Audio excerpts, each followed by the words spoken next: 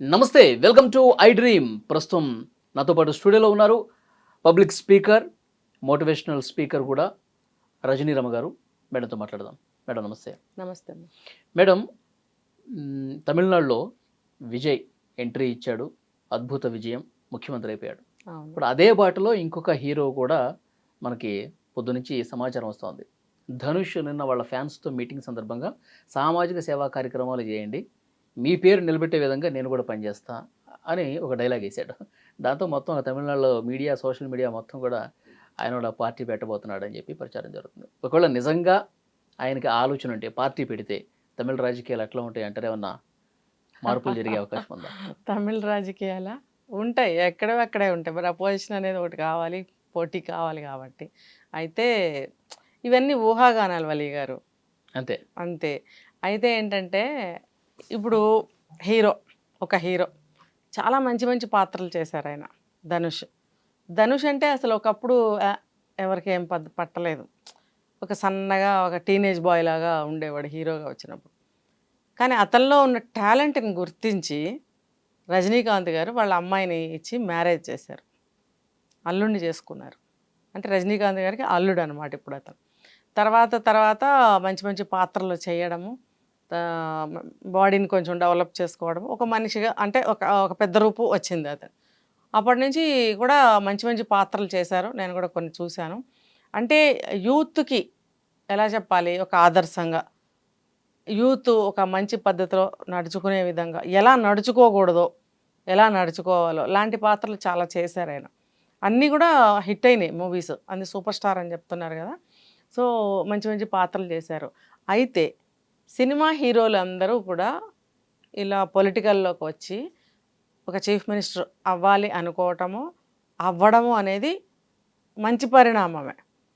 అయితే ఇక్కడ ఏంటంటే సినిమాలో ఎలా అయితే హీరోగా ఉన్నారో, ఎలా అయితే అన్యాయాన్ని, అక్రమాలని ఎదిరించారో, విడిగా మీరు ఒక మినిస్టర్ అయిన తర్వాత కూడా అలాగే మీరు కనుక నడుచుకోగలిగినట్టయితే అంతకంటే కావాల్సింది అసలు ఇంకేం లేదు. ఈ సాంప్రదాయం మనకి ఎప్పటి నుంచో కొనసాగుతుంది. ఎంజి రామచంద్రన్ దగ్గర నుంచి, జయలలిత గారి దగ్గర నుంచి, అలా మనకి చూసుకుంటే ఎన్టీ రామారావు గారు కానీ, ఇలా ఇప్పుడు చూసుకుంటే పవన్ కళ్యాణ్ గారు, ఇట్లా వీళ్ళు నిజ జీవితంలో ఇలా పొలిటికల్ లైఫ్లో కూడా రియల్ హీరోస్గా వాళ్ళు నడుచుకున్నట్టయితే, అంటే కొన్ని విషయాల పట్ల వాళ్ళు వాటిని ఇంప్లిమెంటేషన్ చేసినట్టయితే నిజంగా కావాల్సింది అదే కదా. ఒక నేత అంటే ఒక హీరోగా నిలబడగలిగినట్టయితే ఒక చీఫ్ మినిస్టరు, ఆ రాష్ట్రం ఎంతో బాగుంటుంది. దీనికి నేను ఎప్పుడూ కూడా ఓటు ఈ విషయానికి. నిజమే, సినిమాలో హీరో నిజంగా చీఫ్ మినిస్టర్ అయితే అలాగే చేస్తారేమో, అలాగే చేయాలి అని అనుకుంటూ ఉండేదాన్ని. ఇప్పుడు అలాగే అందరూ హీరోలందరూ ఆ బాట పడుతున్నారు. ఇప్పుడు మరి రీసెంట్గా తీసుకుంటే విజయ్, తమిళనాడు చీఫ్ మినిస్టర్ విజయ్ గారు కూడా కొన్ని మంచి మంచి పనులు చేశారు, అందరికీ కూడా గుర్తింపు పొందారు. అయితే అలాగే ఇప్పుడు ధనుష్ గారు కూడా ఏం చెప్పారంటే, ఒక రక్తదాన శిబిరానికి ఒక గెస్ట్గా వెళ్ళినప్పుడు యూత్ను ఉద్దేశించి మాట్లాడారు. ఏంటంటే మనం ఇట్లా ఏదో మూవీ రిలీజ్ కానీ, లేకపోతే ఆడియో రిలీజ్ అని, లేకపోతే ఇట్లాంటి సామాజిక కార్యక్రమాలు ఏదన్నా ఒక ఇలాంటివి కాకుండా ఇంకా సమాజానికి సంబంధించినటువంటి సామాజిక కార్యక్రమాలు కూడా మీరు చెయ్యాలి. మీరందరూ చేస్తూ ముందుకు వెళ్ళినట్టయితే నేను కూడా ఆ క్రమంలో మీకు సాయంగా నిలబడతాను, చేయూతనిస్తాను, నేను మీతో కలిసి నడుస్తాను అన్నటువంటి వాగ్దానం చేయటం జరిగింది. ఇది నిజంగా చాలా మంచి విషయం. అంటే ఇప్పుడు జనం ఏమనుకుంటారు, వెంటనే ఆయన పొలిటికల్ అంటే రాజకీయ రంగ ప్రవేశం చేసేస్తున్నారు హో అంటారు. అది కాదు, ఇక్కడ వెళ్తారు రాజకీయాల్లోకి, అది పక్కన పెడితే ఆయన చెప్పిన మాట ఏంటి. ఇప్పుడు యూత్ అందరూ కలిసి ఒక మంచి పని చేస్తుంటే నేను నిలబడతాను అన్నది వదిలేశారు. ఆయన నిజంగా నిలబడితే యూత్కి అంతకంటే ప్రొటెక్షన్ ఇంకేం దొరుకుతుంది చెప్పండి.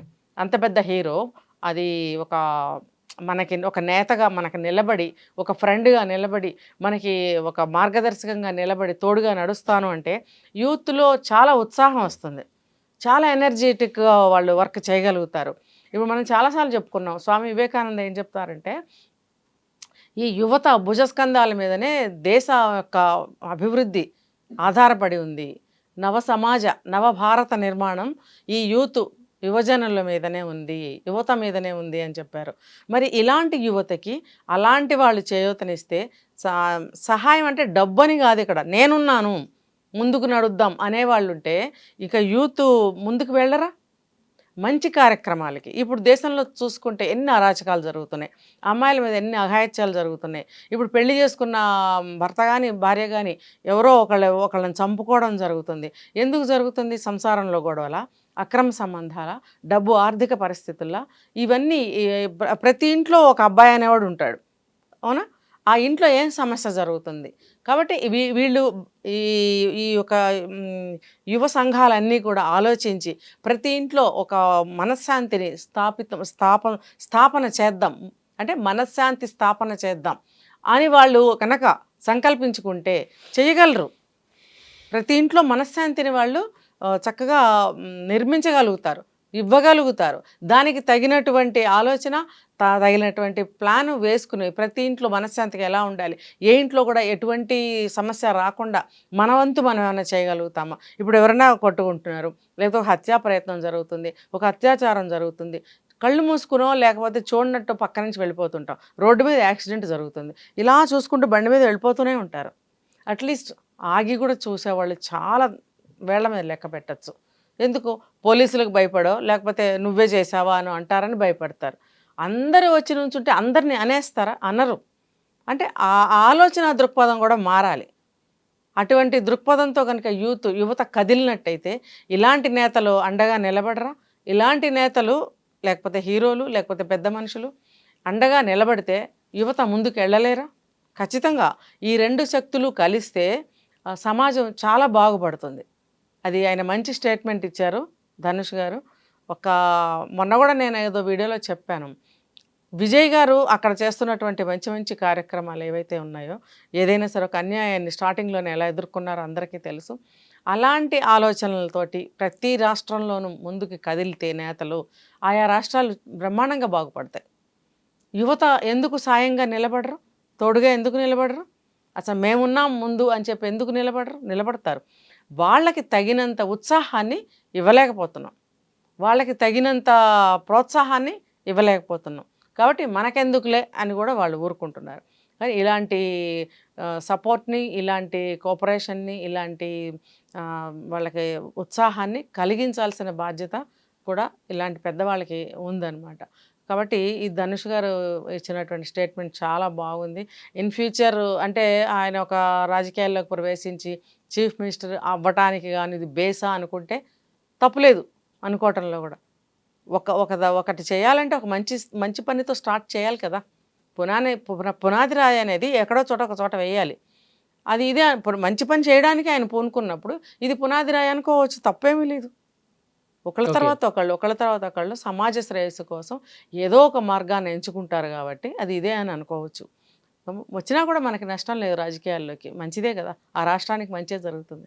ఓకే, అంటే ఇప్పుడున్న పరిస్థితుల్లో సక్సెస్ ఛాన్సెస్ కూడా ఉన్నాయంటారా? ఇప్పుడే అయిపోదు కదా, ఆయన ఇప్పుడే కదా అడుగు పెట్టారు. ఆయన ఇంకా రాజకీయ ప్రవేశం చేయలేదు. 2031 2026 కాబట్టి 5 years అనుకుంటే 31st చాలా టైం ఉంది కాబట్టి. ఇప్పుడు ఏంటంటే ప్రజలు అనుకునే విషయం ఇది. నేను మీకు అండగా నుంచుంటాను అని అన్న ఒక మాటను పట్టుకుని మన కథ అల్లేసుకుంటున్నాము, మనం చెప్పలేం. ఒకవేళ మీరు ఊహించి కూడా చెప్పండి.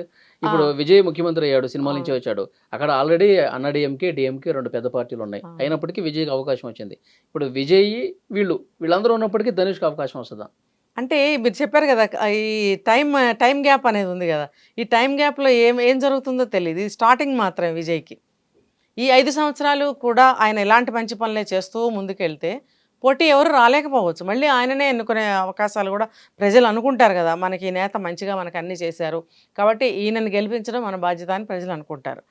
కాకపోతే ఏంటంటే వీళ్ళు సరైన మార్గంలో వెళ్ళగలగాలి, లేదంటే రెండో వాడు అవకాశాన్ని తీసుకుంటారు, అంతే.